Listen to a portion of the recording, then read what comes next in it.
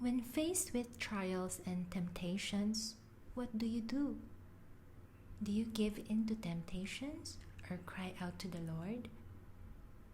Let us learn what Scripture tells us in James chapter 1 verse 2 to 18. Consider it pure joy, my brothers, whenever you face trials of many kinds, because you know that the testing of your faith develops perseverance. Perseverance must finish its work so that you may be mature and complete, not lacking in anything. If any of you lacks wisdom, he should ask God, who gives generously to all without finding fault, and it will be given to him.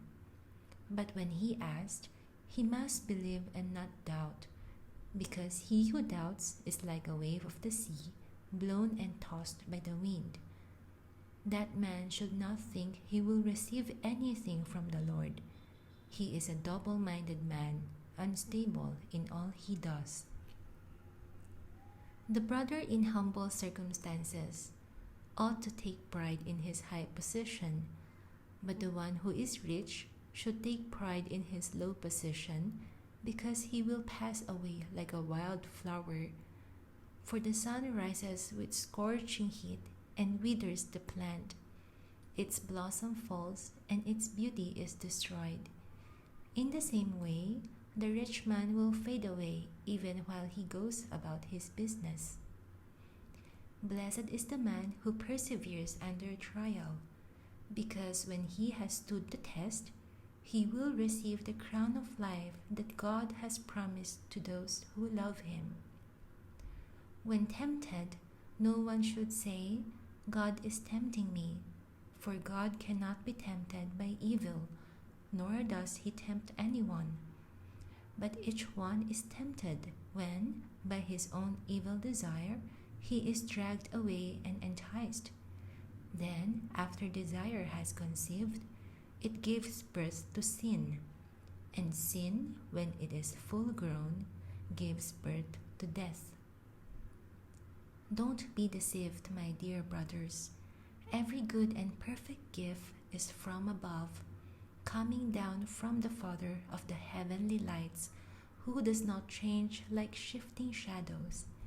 He chose to give us birth through the word of truth, that we might be a kind of first fruits of all he created.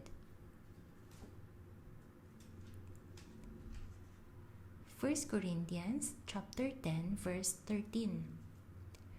No temptation has seized you except what is common to man, and God is faithful. He will not let you be tempted beyond what you can bear. But when you are tempted, he will also provide a way out so that you can stand up under it. Ephesians chapter 6 verse 10 to 13. Finally, be strong in the Lord and in his mighty power.